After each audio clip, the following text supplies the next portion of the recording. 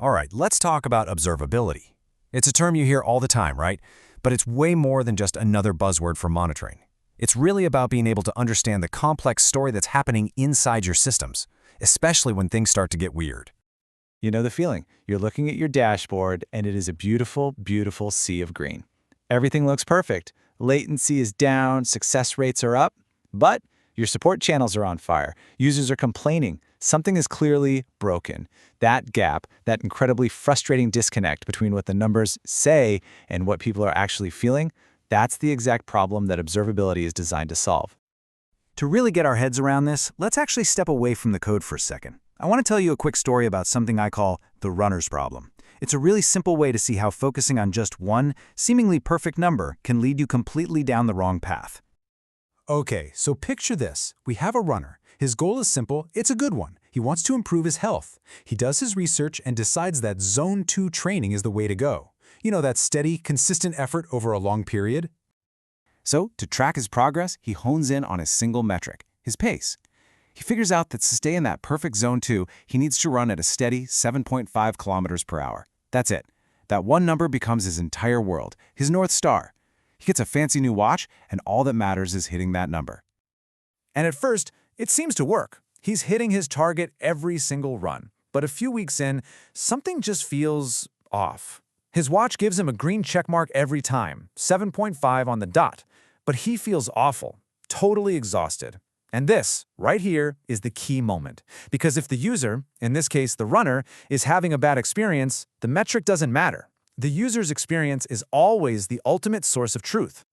So the runner has this moment of clarity. He realizes the problem isn't the metric itself, it's that he was looking at it in a vacuum.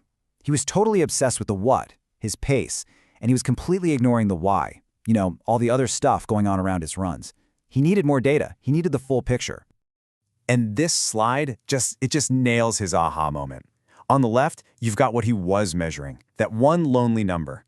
But on the right, you see everything he was missing, the real story. How was his sleep? Was he drinking enough water? What about his nutrition?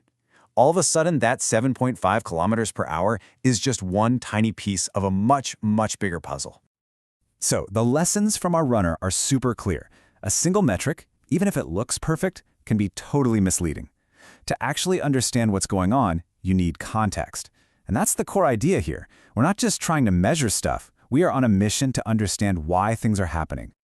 Okay, so let's bring this all back to our world, back to software. Because when you think about it, complex software systems are a lot like our bodies. They're intricate, everything is connected, and they can get sick in ways that one little number on a dashboard could never, ever tell you.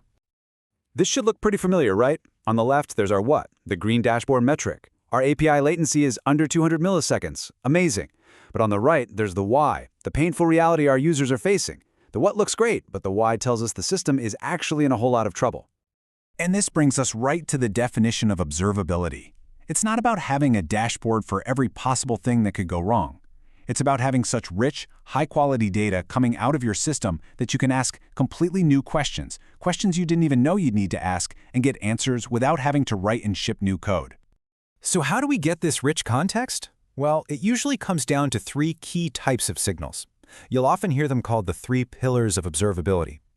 Think of them as the essential tools you need to piece together the whole story of what your system is doing. First up, you've got metrics. These are your numbers, the what. Think CPU usage, request counts, things like that. They give you the big picture, bird's eye view. Then you have logs. Logs give us the why.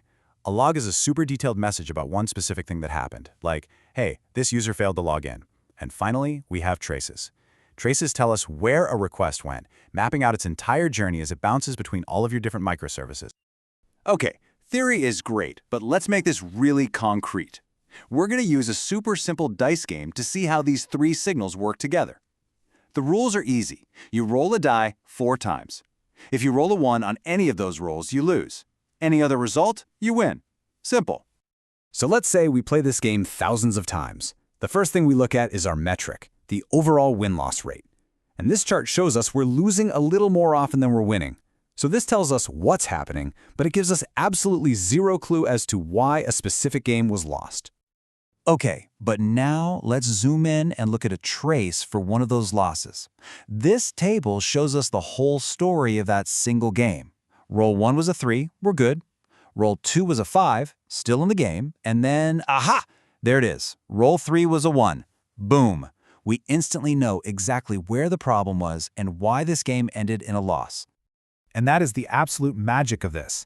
It's when you can connect the what from your metrics with the where and the why from your traces and logs. When you can do that, you can find the root cause of a problem, like instantly. That correlation is the superpower that observability gives you. Which brings us to what might be the most important takeaway from all of this. Observability isn't something you just go out and buy. It's not a product or a default dashboard you install. It's a journey. It's a practice of deeply understanding the unique story that your system is trying to tell you. There's this fantastic line in the source material that just hits the nail on the head. It says that you, the person who builds and understands the system, you're the expert. You know the weird quirks. You know the most important user journeys. You're the one who gets to decide what parts need a spotlight on them. And your system's story is going to be totally different from anyone else's. If you run an e-commerce site, maybe your story is all about the checkout funnel. For a data pipeline, maybe it's about a critical background job. Your job is to add the right instrumentation to answer the questions that matter most to your business and your users. And that's really the end game here. We aren't doing all this just to have more pretty charts. The goal is to build confidence. Confidence that we can understand our systems, that we can get fast answers when things go wrong, and ultimately, that we can spend more time building cool stuff and less time debugging. So I'll leave you with this one question to think about. When you go back to your work, try to think beyond the basic CPU and memory charts. Ask yourself, what's the unique, critical story that my system is just waiting to tell me? Because finding that story, that's the real power of observability. Thanks for tuning in.